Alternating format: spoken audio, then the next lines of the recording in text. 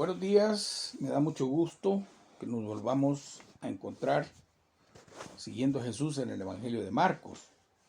Hoy nos encontramos en el capítulo 12 y vamos a leer del versículo 1 al versículo 12. Hay una parábola aquí que el Señor continúa después de aquel encuentro con las autoridades que van a cuestionarle sobre su autoridad. ¿Quién le había dado la autoridad y en base a qué autoridad él podía hacer lo que hizo en el templo? Entonces Jesús continúa hablando con ellos y también enseñando a sus discípulos, que es la parte más importante en esta sesión. Vamos a leer del versículo 12, del 1 al 12, en el capítulo 12 del Evangelio de Marcos. Dice así: entonces, después de la discusión, comenzó Jesús a decirles por parábolas. Un hombre plantó una viña, la cercó de vallado, cavó un lagar, edificó una torre y la arrendó a unos labradores y se fue lejos. Y a su tiempo envió un siervo a los labradores para que recibiese de estos el fruto de la viña. Mas ellos, tomándole, le golpearon y le enviaron con las manos vacías. Volvió a enviarles otro siervo, pero apedreándole, le hirieron en la cabeza y también le enviaron afrentado. Volvió a enviar otro, y a este mataron y a otros muchos. Golpearon a unos y matando a otros.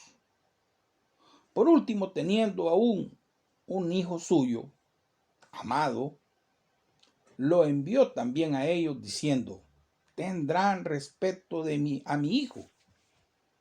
Mas los labradores dijeron entre sí: este es el heredero, venid, matémosle, y la heredad será nuestra. Y tomándole, le mataron y le echaron fuera de la viña. ¿Qué pues hará el señor de la viña? Vendrá y destruirá a los labradores y dará su viña a otros. Ni aún está esta escritura habéis leído. La piedra que desecharon los edificadores ha venido a ser cabeza del ángulo. El Señor ha hecho esto y es cosa maravillosa a nuestros ojos. Y procuraron prenderle, porque entendían lo que decía contra ellos en aquella parábola.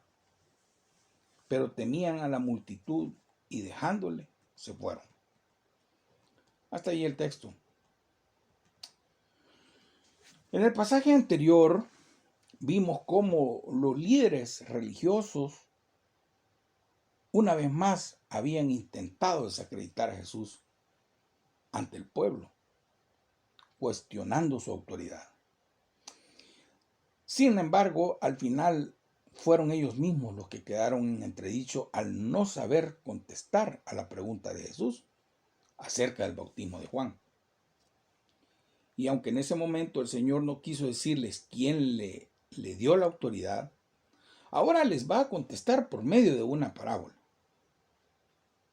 Aquí veremos que Él tiene autoridad en virtud de que es el hijo del dueño de la viña, el heredero legítimo, el hijo amado que el Padre envió. Pero no solo contestó a la pregunta, sino que también les advirtió de que estaban a punto de perpetrar el crimen más grave de la humanidad al planear matarle. Este crimen se sumaría a los que ya habían cometido con todos los profetas que les habían hablado desde la antigüedad. Pero lo que se proponían hacer en este momento tendría un impacto tremendo, una trascendencia mayor, incomparable. y llevaría a la nación de Israel a una crisis sin precedentes, trayendo el juicio de Dios sobre ellos. En ese sentido, debemos entender esta parábola en relación con la maldición de la higuera estéril que consideramos en el capítulo 11. Que como consecuencia de todo esto, el reino le sería quitado al pueblo de Israel para ser entregado a los gentiles. Ojo, hay que ponerle cuidado a esto. Con esta parábola también el Señor estaba preparando también a sus discípulos para el desenlace final que se acercaba. Todos ellos esperaban que, tal como enseñaba el Antiguo Testamento, el Mesías aparecería para reinar, que establecería su reino en Jerusalén y todas las naciones vendrían a rendir sus tributos ante él. Entonces, ¿qué pensarían cuando vieran a Jesús crucificado y hecho un espectáculo para todas las naciones? ¿No estaba esto en contra de todo lo que habían aprendido en las Escrituras? ¿Cómo podía ser que Jesús, el Mesías,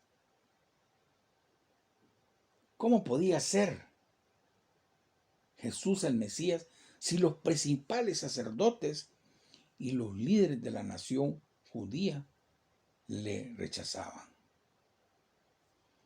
Cuando vimos el pasaje anterior, usted recordará la purificación del templo. Consideramos que Cristo no podía comenzar a reinar todavía en un pueblo no redimido y por lo tanto ingobernable. Primero tenía que realizar la limpieza de sus corazones, preparándolos para poder cumplir la ley de Dios, que es espiritual. Esta purificación sería llevada a cabo por medio de su propio sacrificio en la cruz. Y esta es la razón por la que el Mesías tendría que morir. Esto está bien detallado en el Antiguo Testamento. Si usted gusta, lo puede estudiar en el capítulo 9 del libro de Daniel y en el capítulo 53 del libro de Isaías. Ahí lo va a encontrar con más detalle. Ahora, no solo eso, las Escrituras también profetizaban de que el Mesías sería rechazado por parte de los líderes de la nación. Y el Señor se refiere a ello por medio de dos ilustraciones tomadas del Antiguo Testamento. Su explicación comenzó con una parábola que guarda enormes parecidos con las que escribió el profeta Isaías en el capítulo 5. Y en la que vemos como el pueblo de Israel no había dado el fruto esperado y Dios lo abandonó. La segunda ilustración que usó el Señor estaba sacada del Salmo 118, versículo 22. Ahí queda claro que quienes iban a rechazar al Mesías serían los propios encargados a los que se les había asignado el tema de la edificación. Por lo tanto, hermanos, el hecho de que Jesús fuera rechazado por los gobernantes judíos y le crucificaran no debía hacerles dudar de que él fuera el auténtico Mesías, puesto que el Antiguo Testamento anunciaba que esto tendría que ser así. Pero había otro problema con el que los apóstoles se tendrían que enfrentar en un futuro, y era el hecho de que cuando salieran por el mundo a predicar, rápidamente se darían cuenta de que la nación judía rechazaba sistemáticamente el evangelio, mientras que los gentiles lo aceptaban. Es probable que los discípulos dudaban de que si este era el verdadero evangelio anunciado en el Antiguo Testamento. También me imagino que era parte de las dudas. Todas esas promesas hechas a Israel y que los profetas habían repetido una y otra vez. Para nosotros es fácil, desde este ángulo, con toda la historia puesta en la Escritura, entenderlo, pero para los discípulos era difícil. Una vez más, el Señor en este caso estaba anticipando las dificultades y por medio de las parábolas de la viña y de los labradores malvados, no solo hace un recorrido por la historia de Israel desde sus comienzos, destacando esa rebeldía contra Dios, sino que también le sirve para anunciar el juicio inminente y la pérdida de su posición como pueblo de Dios. Notemos cómo el Señor lo expresa. Vendrá y destruirá a los labradores y dará su viña a otros. Este juicio anunciado por el Señor lo vamos a ver quizás con más detalles en el capítulo 13, cuando lleguemos al capítulo 13 del Evangelio de Marcos. En esta parábola encontramos algunos elementos. Primero, que la viña es el pueblo de Israel. Es bien fácil identificar o hacer un paralelo entre la viña y el pueblo de Israel. La parábola comienza diciendo que un hombre plantó una viña y la cercó de vallado. Este hombre de la parábola, sin duda, se refiere a Dios mismo, quien separó una parte de su terreno para colocar en él a la nación de Israel.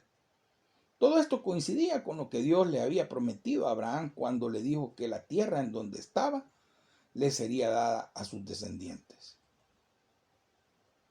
Esto tuvo su cumplimiento cuando Dios liberó al pueblo de Israel de los egipcios por medio de Moisés, y más tarde Josué los introdujo a la tierra prometida, después de un peregrinaje de 40 años. Es importante destacar que en ese tiempo Dios les dio la ley, que en cierto sentido funcionaba como un muro que los apartaba de la inmoralidad de los pueblos paganos que estaban a su alrededor. Y los preservaba como una nación singular para Dios. En esta parábola encontramos también a los labradores, que representan a los gobernantes de Israel. Los siervos a los que el propietario enviaba también representan a los profetas. El Hijo, que es Jesús mismo. Otro elemento importante es la decisión que ellos toman de matar al Hijo. Pero hay un detalle más: el momento de rendir cuentas. En la parábola hemos visto que la viña estaba equipada con todo lo necesario para que el trabajo de los labradores fuera fácil y productivo. Se nos dice además que la había cercado de vallado, cavó un lagar también y edificó una torre. Es decir, que todo estaba preparado para que el fruto estuviera listo para cuando los mensajeros del dueño vinieran a reclamarlo. Este era el propósito por el que el dueño había preparado todo ello, todo aquello. No es difícil, hermanos, darnos cuenta de que la inversión no tendría ningún sentido si finalmente no se obtendría ningún o algún fruto de ella. A pesar de que Dios había distribuido generosamente sus dones entre ellos, cuando llegó el momento de entregar el fruto, ellos lo que hicieron fue quedárselo. Este es un ejemplo evidente de la ingratitud del hombre hacia Dios. Entonces surge la pregunta: ¿qué pues hará el Señor de la viña? Y este es el otro elemento en el que hay que ponerle mucha atención. La viña sería entregada a otros. ¿Quiénes son otros? Como hemos visto, Dios respondería al asesinato de su hijo destruyendo a los labradores que habían sido contratados y también entregado la viña a otros, como explica Mateo en un pasaje paralelo. Mateo dice: a gente que produzca los frutos de él. Y aunque el pasaje no detalla, no explica quiénes serían los otros, el desarrollo del Nuevo Testamento es vasto y aclara que se refiere a los gentiles.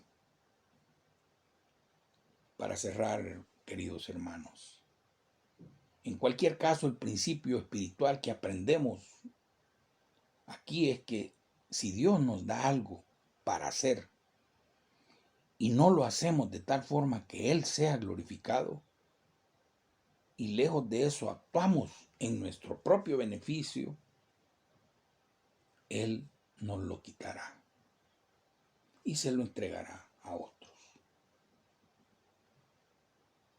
Revisemos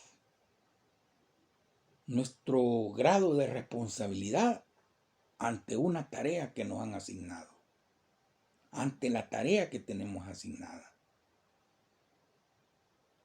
Porque algún día vamos a rendir cuentas.